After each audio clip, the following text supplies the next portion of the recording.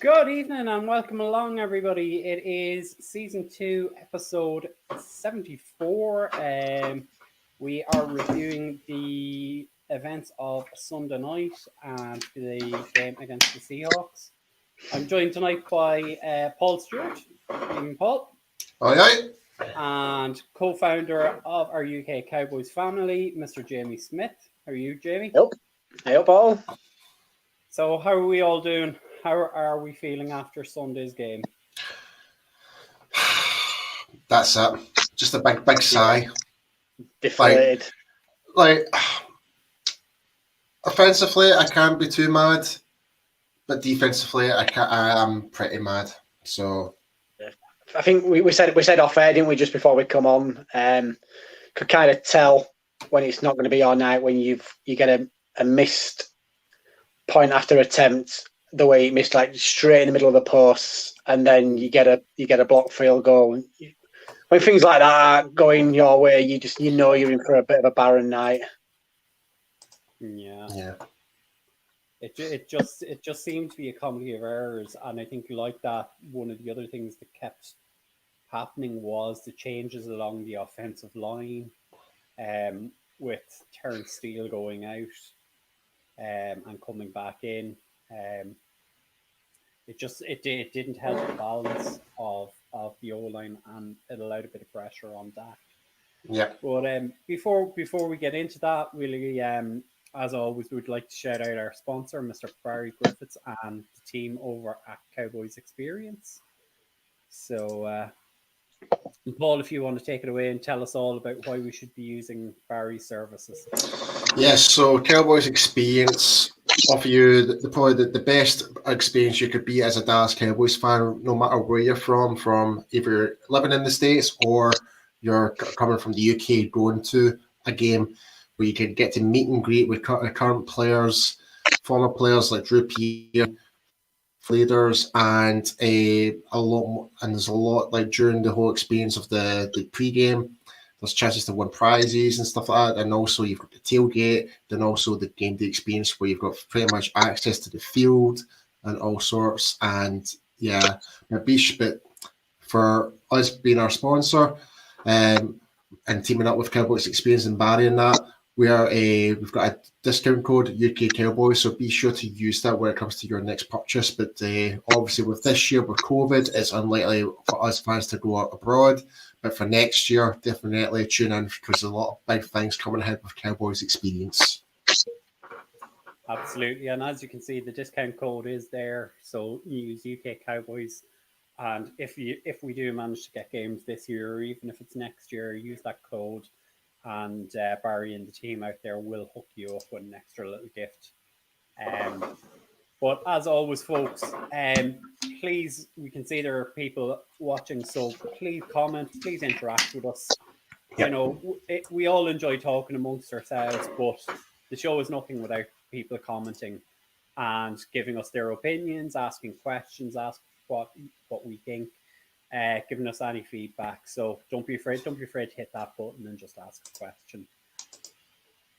So, just a quick update on the injury report. So there haven't really been any updates since the weekend. Obviously, Terrence Steele went out of the game, and he contracted food poisoning and had to take 3 IVs the morning of the game, and had to take an IV during the game. So that explained his absence. Lyell reports are not good coming out of this week about him being fit and able to play. There's been no update on Tyron Smith. And obviously late last week we lost Chidobe Awuzie to IR for the next 2 games as well as last weekend. So any feelings on that, folks? The Lyell worry in it, just like I say, the offensive line's been higgledy-piggledy all over. Like I say, 1 week both ends were having to be kind of patched up, and the line looks so much better when Lyle Collins is in there. That's the big worry. Not that you want to see injuries anyway, but he's got to be the main one, hasn't he? We've got to protect Dak, and that got to get the run game, because even the run game was poor on on Sunday. So if you can't get that line sorted, then Zeke's not going to get any yards this week, is he either? Yeah. And I think like that, the fact that Tyron is also still a doubt for the weekend, it's not great. Like the fact we ended up with Tyler Biadasz coming in to play centre, Joe Looney moving to right guard, and Zach Martin moving to right tackle. It just doesn't help. I tell you what, though, when Biadasz did come centre, we actually did play a little bit better. Yeah, I would but agree on that. But we'll talk about the O-line in depth in a wee second for sure, because me and you were going off our nuts with regards to. Yeah, we did surely.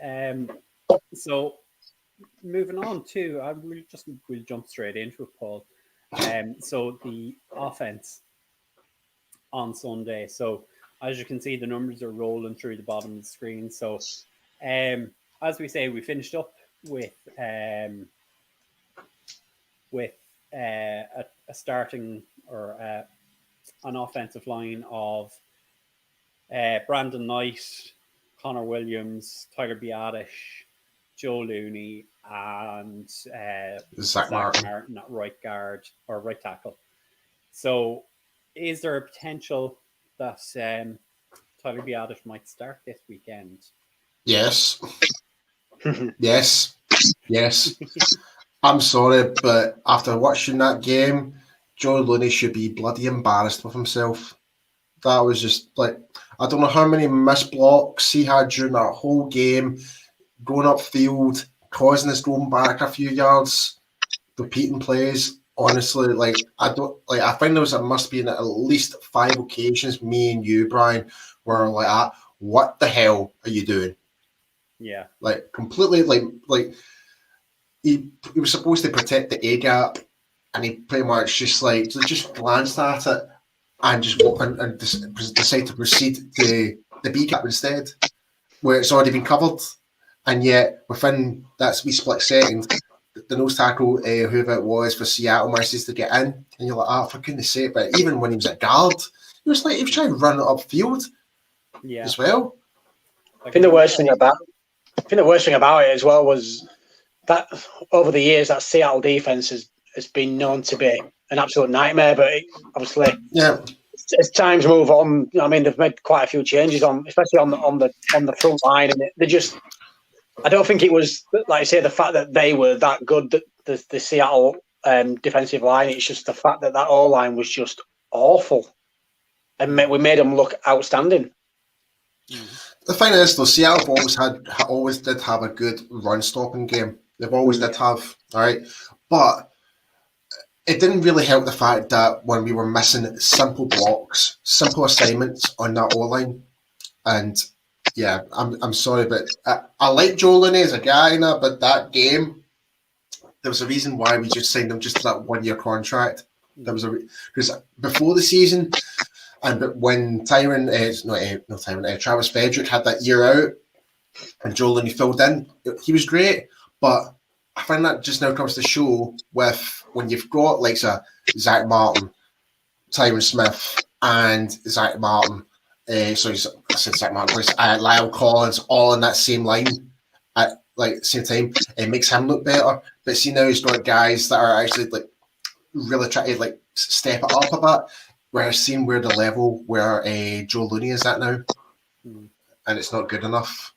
Yeah, I fully agree. Yeah, I think what killed me the most was when we had to play. There we go. Mike just kind of said that there. Yeah, the D-line are good at the run stop, which we just kind of mentioned there. Yeah.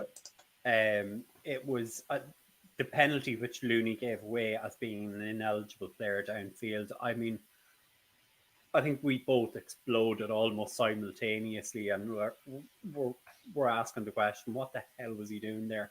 Jamie, what were your thoughts on that penalty? It's kind of becoming the norm for the Cowboys offensive line. Just a penalty. They just seem like they're giving away, like shops give away free sweets. You know what I mean? It's just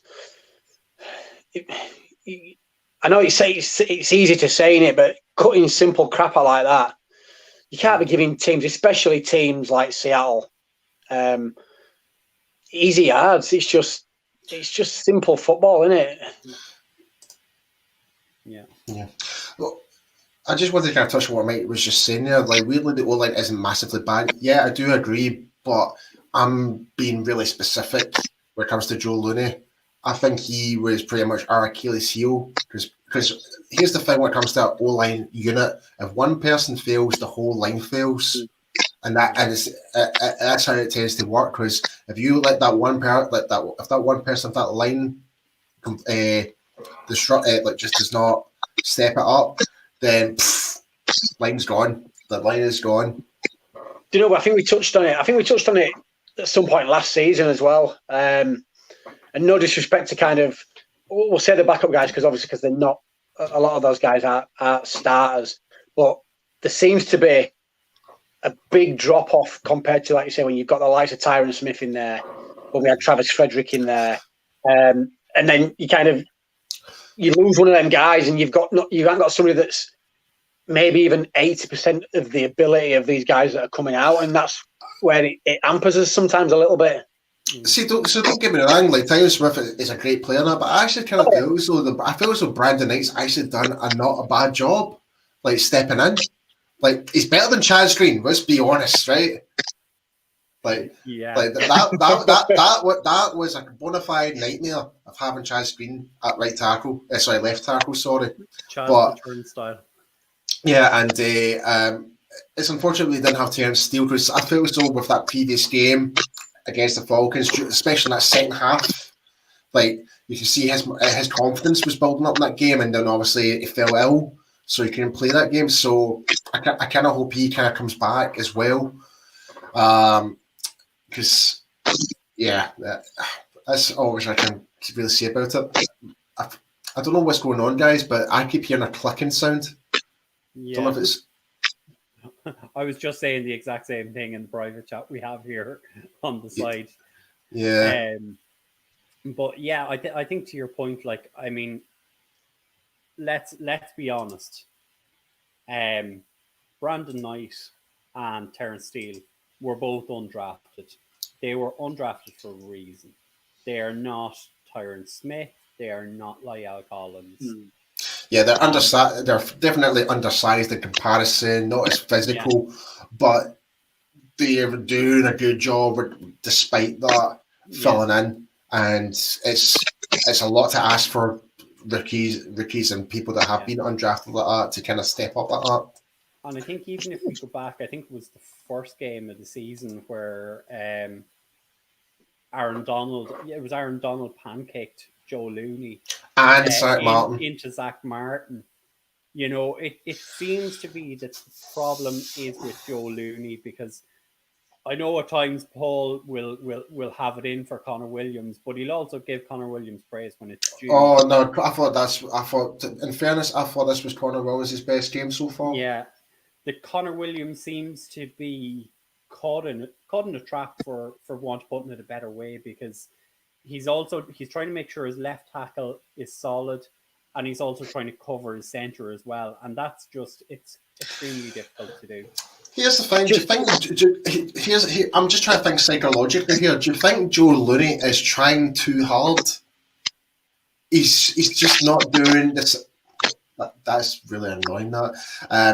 Do you not think he's just not doing the simple thing? He just doesn't trust his guards. Take it away, Jamie. Could it just be that they say they're overthinking things and getting the center a bit of a panic before, like I say, before the play, because they're more focusing on not fucking up, so to speak, than actually doing the job. It's just, and I know I touched on it, and I always refer back to this, and it was just something that you mentioned a couple of minutes ago, Paul. That, do you know what I mean? Like, especially when we get injuries in certain positions, so the O-line's a bit of a concern in terms of injury-wise, that these guys, when they get the opportunity, they need to be coming in and stepping up, and they want to make a name for themselves. And I said, and I've referred to it before, Dak did it when Roma went down a couple of years ago. Wasn't expected to get any game time his rookie year, and he came in and he grabbed the bull by the horns and he run with it. And this is what these guys should be doing. If these guys want to be the ones that take over Tyron Smith when sadly he has to retire, and when Zach Martin has to retire, they need to come in and they need to come in and show some balls and be mean. I mean, over the years, the Cowboys OLine's been known to be pretty beefy and mean and stopping the run. I mean, the pass rush and the run coming through. So I mean, they need to, yeah. And I hate saying because you don't like slagging your own players off, but yeah, they need to grow a bit of balls and get a bit of beef about them. Otherwise, they're gonna be out of this league before they've even had a chance to get their foot in. Yeah, absolutely. So moving along, we'll move on for the O-line. I think it's fair to say that Dak had another very impressive game on Sunday. As you can see, the stats there: 37 of 57, threw for 3 touchdowns, 472 yards, 2 interceptions and a fumble. I'm not counting that second interception. I mean, the fact he stayed up on his feet, still tried to make the play, and it's a Hail Mary pass he was attempting. I'm not really going to be harsh on him about that. But what were your own thoughts? My thoughts was I actually thought he had a decent game. I think Seattle did well in terms of their defense to kind of like really target our main receivers, which is Gallup, Lamb, and obviously Cooper. But we never expected Cedric Wilson to really come out. So, but yeah, that was pretty weird to see that happen. Him getting 2 touchdowns, and my prediction did happen though. Gallup 100 yards plus and a touchdown, so I was pretty happy about that. It was nice to see the ball spread about. Like I said, I mean, I think it was Cooper and Cooper just shy of 100 yards. Like I say, Wilson brought the 100 yards. So did Gallup. So I think we're showing what this offense can do in terms of the air game. It was a little bit worrying for me again that the run game really faltered. And when you look at some other teams around the league, there's always that kind of little bit of balance in it. If they've got a really good air game, although the run game might not be stellar, that they can still put on some yards. And it seems with this team, maybe the last 18 months or so, that if the ground game doesn't work, it really doesn't work. And I think what was the stats? With it, 34 yards Zeke rushed for. So it's when it falls off badly, and that's not what we need. And then you become predictable, and you say then things like the second interception, you're always towing the line. Then that is going to happen because you can't help your offense enough by getting some decent field position on the run game, tiring their defense out a little bit more. So yeah, like I say, it's not nice on stats wise that Dak threw 2 interceptions, but like I say you can understand why. But apart from that, I think he had a pretty decent game. Again, he showed why he's one of I always say probably maybe a top 10, if not top 6 quarterback in this league. Mm-hmm. So this was something that myself and Paul were talking about before you joined, Jamie. There were comments from Jerry on 105.3 The Fan today, which seemed to have been entirely misunderstood by people. Reading it doesn't look good, but I think in the context of what Jerry was actually saying, he was praising Dak. He was saying on that last play, that players like Tony Romo, Russell Wilson, Patrick Mahomes have the ability to make those plays, and so does Dak. He just didn't complete the play. But Paul, what are your thoughts on that? Completely taken out of context. We're seeing people now like taking reaction to it on Twitter a bit negatively now. When they actually listen to the video comments, it's actually not as bad as people make it out to be, pretty much. Mm-hmm.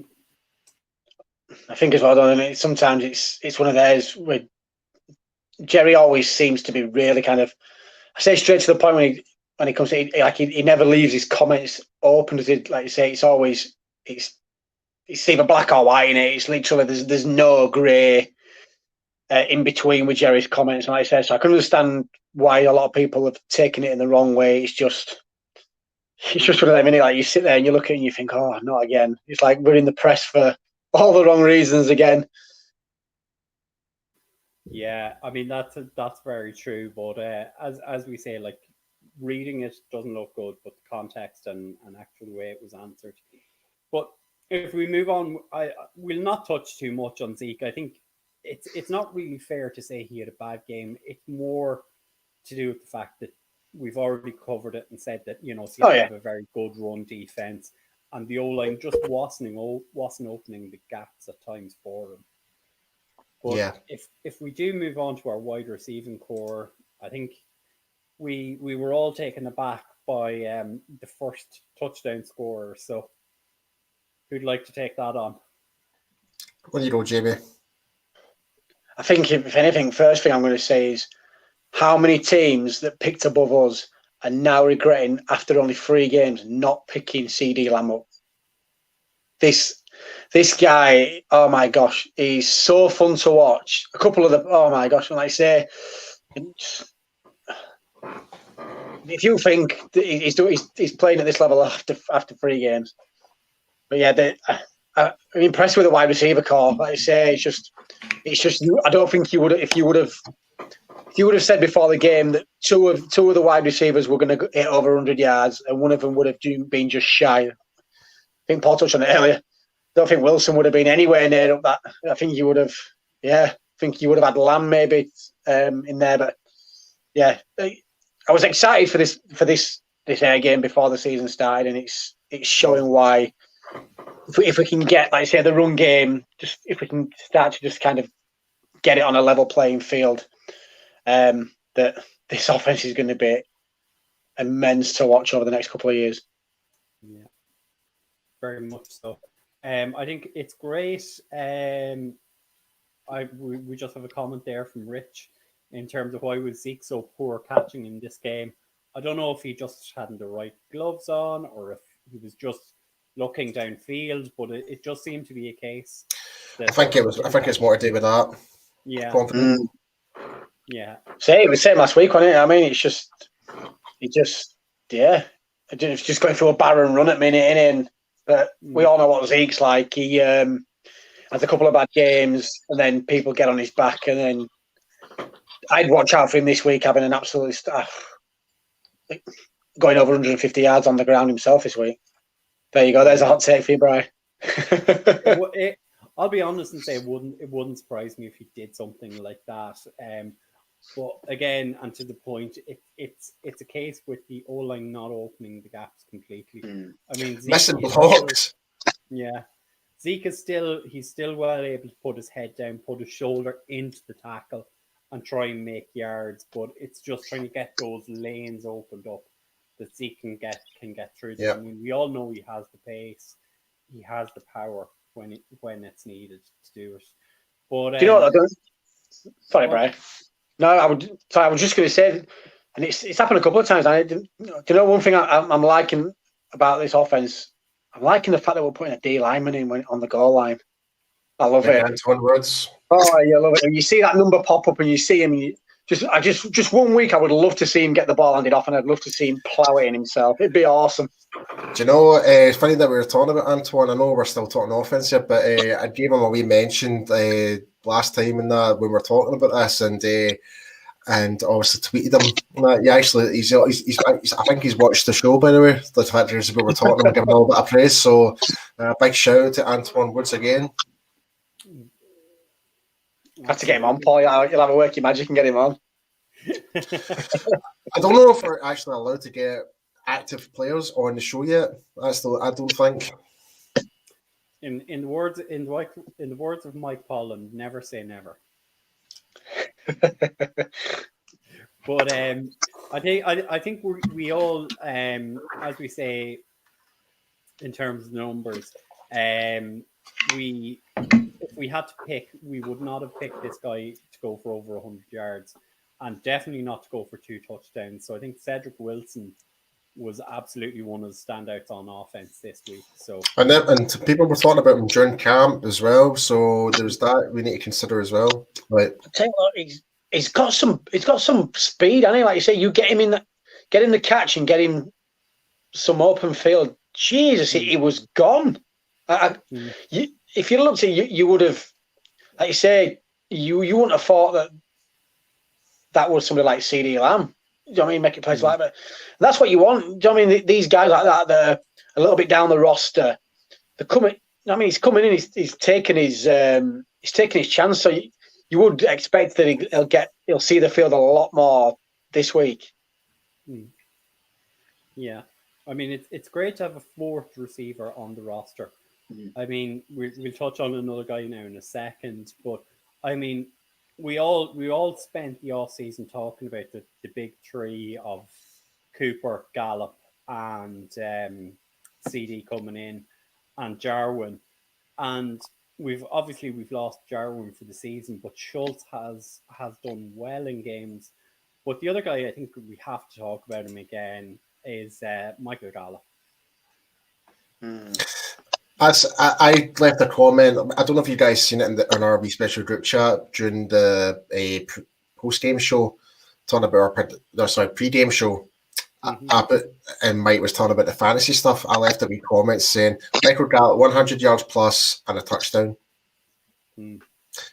Honestly, I need to start putting me bets on this now. Yeah. Do you know he could be a number one receiver on another squad. That's how good he is, and that's the potential that he's showing. And like I say, I suppose that's the headache that Mike McCarthy wants. You know what I mean? He wants 3-4 guys that can shed loads of numbers. Plus, it helps the offense, and like I say, it stops it becoming a lot really predictable. Say you take Cooper out, and you say you can put someone like Gallup in, and you're not going to see much of a drop off. Yeah, and again, I think someone that a lot of people got on his back last year. Cooper again he had a solid game. He was just under the 100, but I think he's now dispelling this myth of he doesn't play well on the road. I think he's done reasonably well the 2 games he's had. He hasn't had the touchdowns yet, but we know the touchdowns will come. They will come. Yeah, absolutely. And so I think moving along now and talking about the defense. So I think this is it's something that we weren't particularly happy about on Sunday. So I think again there was a lot of secondary penalties were given away. There was a lot of busted coverages. Linebackers weren't taking their assignments. D-line didn't seem to be able to get home bar one guy. But what were your own thoughts on it? So I thought defensive line wise, it was a big improvement, massive improvement. We finally and a lot of people are going to come around and say it's kind of embarrassing the fact that we've had a guy that's not played football in 5 years has actually had the most production. I don't see that as the case. I see it as the fact that they're treating him as if he's a rookie again, like all these other teams, because everyone's now kind of loading up on D-Law and loading up the tackles like Poe and whoever else is in that line, like even Tyron Crawford or whoever. But we're now getting to the quarterback, if that, one of the hardest quarterbacks to get, in Russell Wilson, in my personal opinion, because the way how he can actually move out the pocket and how dynamic he can be, and he can run with the football if he wants to. Yeah. But in terms of the secondary, all I'll say is Tevon Diggs kept us in that game. He kept us in that game for a bit. For the rest of them, God. Yeah, that play from Diggs was just amazing. Unbelievable. Just shows that it don't give up on a play. But like Paul says, I think thinking back on it, would it probably all but one of their touchdowns were pretty much wide open walk-ins. It's just that's just not good enough. And I cannot give any more praise towards Diggs. And in all fairness, see, like, even before the season started, we were saying this has probably been the best draft class we've had since 2016, and it's proven that already. Yeah. I think Diggs is performing, Lamb is improving for the offense. That's our first 2 top round picks, and it was the same with Zeke, and obviously with Dak coming in, even though it was a 4th rounder. Yeah. Just it's showing that we made really good selections in this draft, but going back to defensively, Diggs just kept us in that game, man, and that is one of the best plays we've seen throughout the season so far.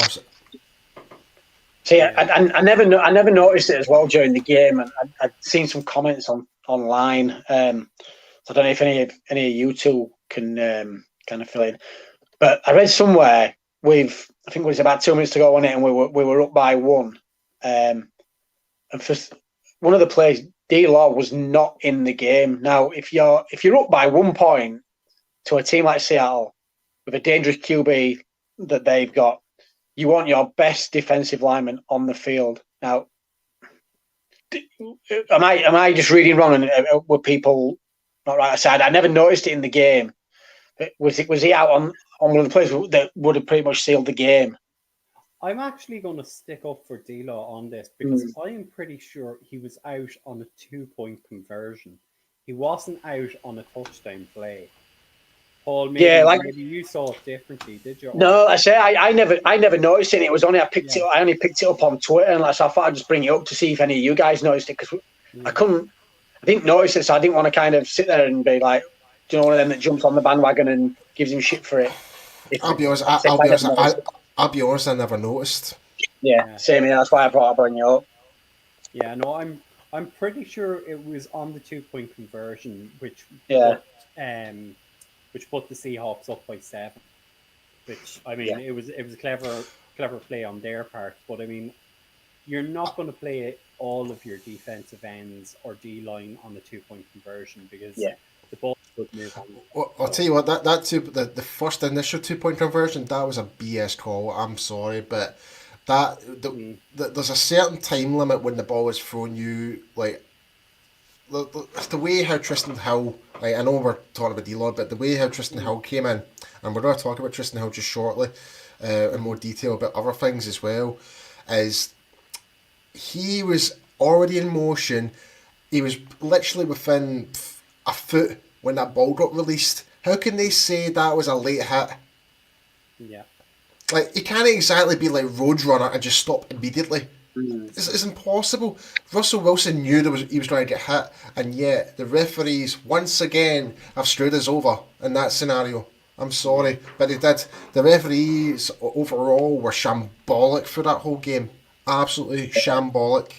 Yeah. Players like that, they're always inconsistent. Like you say, you never get a fair rub at green. Like you say, when you slow that play down on a replay, and anybody can sit there and say, "Oh yeah, he could have easily slowed down," but you play that in real time. Like you say, no one can just stop dead like that. It's impossible, and especially like you say, he's going in to hit him. He's going in to try and end the play. Yeah, it makes you wonder are they watching booth reviews of actual slow motions of tackles? Yeah, is that what they're doing nowadays? I mean, come on. It's if like when you watch a normal football game, soccer for our American fans, is when you see a tackle, it looks 10 times as worse because it looks as though it's poetry in motion floating up in the air or whatever it is, you know what I mean? But yeah, that was just absolute complete crap from the referees. It's also a throwback to the first game with the offensive pass interference call on Jalen Ramsey. Like, there's that split second where something happens and the referees are picking up, as you guys have alluded to. It's on that split second they're picking up on, rather than, as you say, the complete play. You know, like in that offensive pass interference, like Michael Gallup's arm just got straight, but you could see they were hand fighting. And in that case, Tristan Hill was making the play. It was literally there in motion. It was literally almost face to face with Russell Wilson when that ball got released. Like, see if you were like 2 yards back, you still have some momentum to kind of slow down and maybe just put your hands forward and try and show that you're trying to slow down. But and as you say, like, even if you are that 2 yards back, the quarterback will also change his angle, because he'll see you and he'll be changing to go one way or the other to avoid the oncoming hit. So, it makes no sense that Tristan Hill was almost on top and made the connection, and it's called. He's not blindsided him, like you say. It was a clean hit. From my personal opinion, that was a clean hit. Right? There was no delay. Like I think it's like after a second when the ball's being released, then after that, then yes, that will be regarded as roughing the passer, so to speak. I'm pretty sure that's what's in the rule book, and that's how we do it in the UK leagues here, at like the semi-pro amateur leagues here, and it's I'm sorry, it's just I feel bad for Tristan in that one, I really do. I mean, like you say, you're all for player safety, and like saying wanting to keep the game as fierce and as competitive as it is, while making sure players are safe. But like you say, sometimes they're just a bit flag happy, and I think on that one, it's that one time, they got that one, definitely got it wrong. The bit of common sense needs to prevail sometimes. It does, but again, just before we go on, again, folks, don't be afraid to comment. Don't be afraid to give us your opinion on things. Don't be afraid to ask questions. And send them in to us. We will put them up on screen. We will answer whatever you have. Just don't be afraid to interact with us. But don't let Jamie's ET finger scare you. Paul, you'll be good. Go back to the defense. So we'll kind of move from front to back on this. But again, Aldon Smith. I mean, like, the numbers there are staggering. I mean, he had 8 tackles, 3 sacks, 2 tackles for loss of pass defended, and 4 quarterback hits. Those are phenomenal numbers. He just doesn't look like he's not played football in 3 years. He's like, is it 5 years physically? Was it 5? God, 5. But just physically, like, he's just a freak, isn't he? Physically, like this, he obviously just he clearly don't eat crap, I mean, and junk food, like I say. He obviously looks after himself, and while he was out of the game, he clearly looked after himself, because it looks like he hadn't missed a step. Here's the thing, like, and this is now going towards the rest of the defensive line because of Aldon Smith. People are, like, our fan base especially, we're now criticising the rest of the line for not their production, and because Aldon Smith took 5 years out, he's our best player so far. Why is the D-line not doing the exact same, where they been with the team longer? But it's like, but people just need to remember, Aldon Smith has always been a 2-point stance type of defensive end, whereas like D-Law, I would say Iverson Griffin maybe. I think he's kind of more of a hybrid. More of a hybrid. He does 3-point as well. He prefers putting his hands in the dot, but it's transitional. And again, we are seeing better progression ever so slightly per game now from the other DNs. I think you're making a very good point there, Paul, in terms of the defense. Like, a lot of these guys who were with Cowboys last year and those who came in free agency are having to learn a new defensive system. I think the comments came out last week that, I think it was Everson Griffin and D-Law approached Mike Nolan and said, look, you've got to dumb things down a little bit. This is too complex, what you're asking us to do. We're not used to rushing from a 2-point stance. We like a hand in the ground, and you've got to let us do it.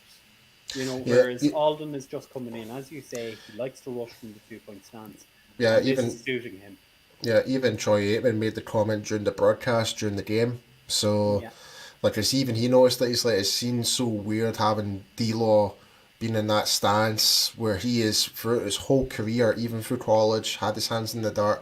And I think that is kind of showing in the game that his production level has been down. And even though we're being so ultra critical of our certain defensive players right now, but honestly, but going back to Alden Smith though, nothing but amazing. No, he has been without a doubt another one of those amazing Jerry signings where it's low risk, high reward, and it's proven that again.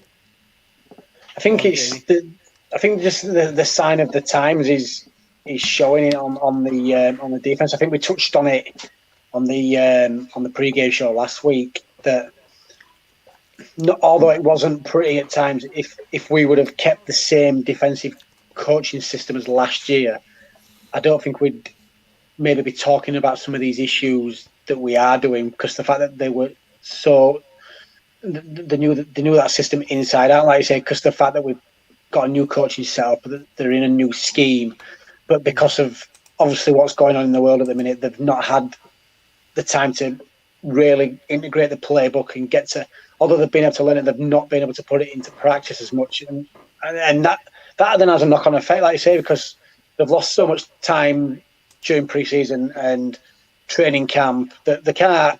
I mean, it's going to take. I think we said potentially it might not get any better before week 6 of the season, just for the fact that they've had no pre-season games either, so they've not even able to put it into practice and get used to it at maybe, like you said, maybe a dumbed down level at game speed, and they're going in full blown week 1, not running these plays. So, like I say, for me, it's not nice seeing a lot of the defense struggling at the minute. But once it gets to week 6, if we continue to see these struggles, then I probably would start pushing the panic button and thinking, what's happening here? Yeah. So we 2 more points before we moved on from the defensive line, and I know, Paul, you wanted to cover one of them, was Antoine Woods and his performance. I thought I think that was his coming out party of that game. I thought, even though he had very limited reps because Terran Crawford was pretty much the starter along with Poe, but when Woods did come in, if he tried to fill his gap, he took on 2 offensive linemen the mass majority of the whole time, and he still managed to break off and still managed to sack Russell Wilson, and also put on 2 QB pressures or tackles for loss as well. I try to remember the exact stat, but that, like, for him to have so many limited reps, that was I'm over the moon for him. Absolutely over the moon for him. And then, if you want to take it away on the Tristan Hill, so we had the alligator tackle. Yeah, so the alligator roll, it's been now been trending about on social media now. It looks as though I think, sorry guys, I think we have just got some breaking news. I'm just looking at it, Paul, if you want to keep talking there. Yeah. So the Tristan Hill scenario, he held on too long on Chris Carson's lead and decided to roll on the ground, resulting to twisting Chris Carson's knee. It's overkill, yes. I think what the NFL are planning doing is, and I hate to say this, is fairly justified. He will get a suspension for it. I think he'll be missing. Yeah. So, and all to the Seahawks fans, we hope your boy recovers well. We're glad it's nothing serious. So, so we might be missing Tristan Hill for a couple of weeks due to that alligator roll on Chris Carson. So go on ahead. I don't know what's going through his head to even think. Like I said, the play's over. I've looked back here on a couple of angles, and excuse me, sorry, and I'm not sure who the other Cowboys defensive player that's coming over the top to kind of help finish the tackle off. And at first I was thinking, I wonder if he's thinking, the play is not over because he can feel it can obviously feel someone moving about there. Then you look at it, it's just the play's completely dead, and it's like what's possessed him to even think to do it? It's out of order, isn't it? Yeah. Aye.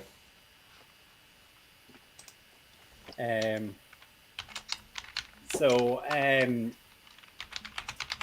moving on to the linebacking core. So I think again this was another poor game from our linebackers. I tell you what, shout out to Joe Thomas, by the way. Yeah. Some of the hits he made was amazing. That's what we've missed in that linebacker row, is some of them hard hits. Yeah. He's flying under the radar, you know. I don't know if this is probably too big statement, but you could possibly say that he's been our best linebacker so far this year. Yep. Yeah, that's fair to say, and I mean, like it's hard to class Alden Smith as a true edge rusher. I think he's kind of playing like that as a hybrid linebacker. He's kind of playing Sam and pass rush at times, but I mean, Thomas was laying the wood on some of those hits, and I think he might have actually been involved in that hit, where Hill did the alligator roll. But I think again in terms of Jalen, he just seems to be running around like a headless chicken. I mean, he's still putting up numbers. He's putting in the tackles. You know, I think he had 8 solo, 4 assist tackles. But he just doesn't seem to be the leader that you're looking for in the middle of the defense. You know, he doesn't seem to be a general lead. And with the move of Van Der Esch into Mike and I believe Jalen was supposed to move to Will, you can see why they were doing that. Big shout out to J-Tuck. Watching us on Periscope right now via Twitter. Yeah, Thomas has just been brilliant for us so far, like filling in for as the third linebacker, second linebacker now with LVE out and obviously Sean Lee out. So yeah, I can't praise Joe Thomas for what he's been doing right now. Do you know though, the only worry then you get is if he's, you know, I mean, you obviously want him to play at that high level, but we've kind of fell foul of that, didn't we, a couple of years ago with Anthony Hitchens? Played really well and just ended up getting to the point where you just priced him. He priced himself out of a contract with us because we just couldn't afford to keep him. That's one player I would love to have kept. I really do. Yeah, I agree there. Loved Anthony Hitchens. I thought he was brilliant. Yeah, I mean, he's gone on to another team. He's won the Super Bowl himself, and Damian Wilson is another shout out as well. Do you know? I mean, that Kansas City Chiefs, I think they have something like 4 or 5 defensive players from the Cowboys at this stage. Yeah. Because I know they have, they also have Tackle and Charlie. What? Yeah, Tackle Charlton. Tackle Charlton is that. Shut up! Wait, when did this happen? Off season. I didn't even know that, Paul. To be honest, I didn't know that either. There may even be a possibility that he was on the squad that won the Super Bowl. Did he start last season with Miami? It was last season. Well, we traded him to Miami, did we not? Him to Miami, but I think Miami cut him before the end they cut him. And shows how much of a difference he made. Yeah. Anyway, enough. I'm just not a Cowboy anymore. Sorry. Sorry. But moving on to the secondary, and I think this is something we are now very much in a position, as Mike has said. So the safeties, I mean, I'm not going to say anything on safeties. I've spoken at length about them on other episodes, and I'm going to say I'm going to change my comment. Honestly, Brian, we could actually give you a whole 2-hour episode to go on about safeties. Honestly, it's true. Do you know, we're going to have to be fair though, without that panned out during the game, we could even amend Mike's comment to what safeties, because we might as well not have played with some because they were just yeah. I said to be fair though, I think the whole secondary apart from Diggs were pretty shocking, to be fair. Yeah, I mean, I think the fact we're now we've Cheeto's on IR, Anthony Brown is on IR. We're down to Diggs, Darren Waller, Savion Smith, Brandon Carr is even getting reps at corner. That's a name from the past, but Yeah. it's a good acquisition, though. I mean, I'll be honest. I was one of Brandon Carr's critics before, but nowadays I'm just trying to think, what we could do with him. Like, I know it sounds so weird to say that, but he does bring some like good coverage from time to time. But he can be hit and miss though. Still, He can. Do you know? I said it. I said it when we did the roster breakdown. That to me, this was still a 52-man roster because there's a name out there that should be on this roster that isn't. He's still not on this roster. I still can't believe he's not on this roster because we need someone like him. But is Jerry just going to be a bit stubborn and not go out and get him? But yeah, sorry, Brian. I jumped in over you there. Sorry, I apologise. No, I was. It was also it's a follow on from your point. Is that we only carried 3 safeties this year, and we brought in Clinton Dix in the off season. He was one of our big free agents. He was cut. We're now in a situation where we have two safeties who are not doing their jobs. We are afraid of our lives to give the third safety a chance. And as you say, there's a guy out there that everyone wants. Personally, I don't want him. I don't want him anywhere near the Cowboys. I think there are other safeties that are out there that could be got. But something has to be done. Do you know, Jerry and Stephen are not talking about our safety. From me, we'll roll with what we have is scaring me. Yeah, from me, I don't really want to see Earl Thomas for a few reasons. One is it's just more of a marketing thing.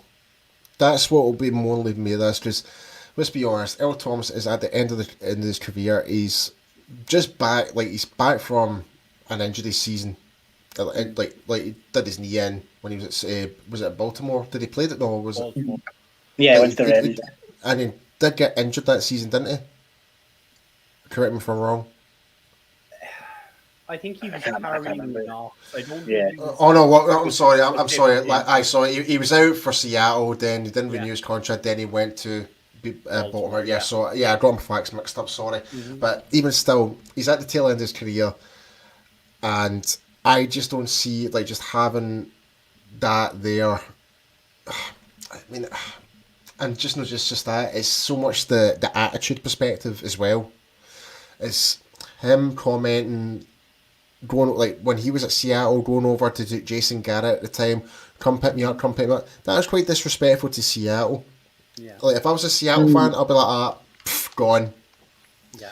I think a lot of people would have been like that, and the fact that he had the chance to sign for us at the time, never did. He decided to go for the bigger money, go for the Ravens.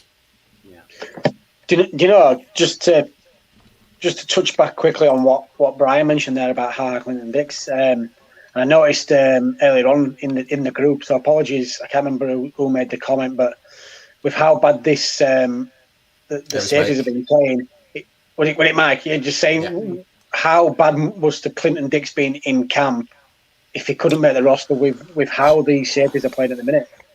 That's what I'm really surprised about. Mike McCarthy must have been like that. You're not the same player I remember, surely. Because he got a fairly decent contract as well, so we're on the hook for quite a bit of money as well, aren't we? Did that 2 million on the hook? It was a 2 million signing bonus and a 1.7 roster, or what I mean, that's 1.75 million per over the games. Some cash, that ain't it? Yeah. To cut him before the season starts. Yeah, it was quite scary, but moving along, and we don't have long left on tonight's show. But again, folks, send us in your comments. Don't be afraid to get involved and talk to us. We'll answer any questions you have. But as we say, we always like to give our special teams a shout out and give them a bit of love. Let's be honest, this wasn't a great game for our special teams. Oh. Unfortunately, we had a couple of incidents. It definitely came to kick-off return. Yeah. I mean, Yeah, I remember. I don't know if any of you guys seen it, but our good friend Cowboy Dale, aka Cowboy Joel, posted a video of his reaction to the whole Tony Pollard catch during kickoff, and I think our reaction was a lot more harsh than that. Like, I think because Brandon's got such a gentle voice when it comes to him being angry, but when it comes to us, I was almost wanting to smash my television when I saw that. I think every single one of us in the group, I think there were the letters WTF were battered around about 600 or 700 times. Because what on earth? I say, just let it bounce. Don't go for it. The Washington team of football, aye. I like it, Paul.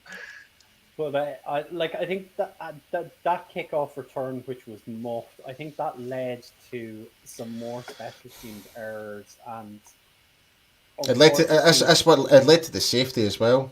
Yeah, it led to the safety, which was 2 points, but we also then had some errors on extra point conversions and field goal. Not field goal. Sorry, extra point conversion. Yeah, you're right. Sorry. So the first hit the post, the second was blocked, the third thankfully made it. Yeah. And See, went to 2 points. I think I touched on it at the start. When especially players like kicks are not going your way, you know you're in for a long night. Because, like I say, normally for Greg the Leg, those are given, aren't they? And when he's failing them, you screwed, are you?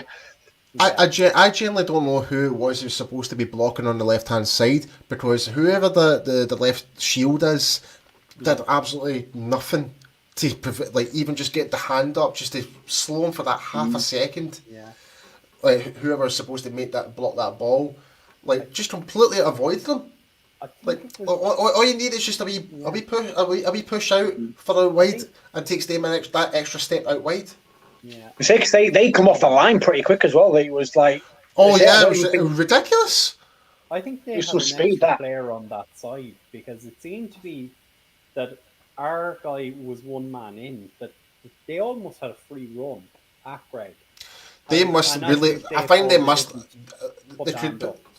I need to rewatch it again, because either Seattle, they doubled up the one side where they feel they can take advantage. It always seems to be where the kicker side is, so it's always to the left. Well, right hand side if you're the defense, sorry, left hand side if you're an offense. But I just feel we just did a really bad job in protecting the kick. Really bad job. I think there is I think co-founder Mr. Jamie might have one person like that.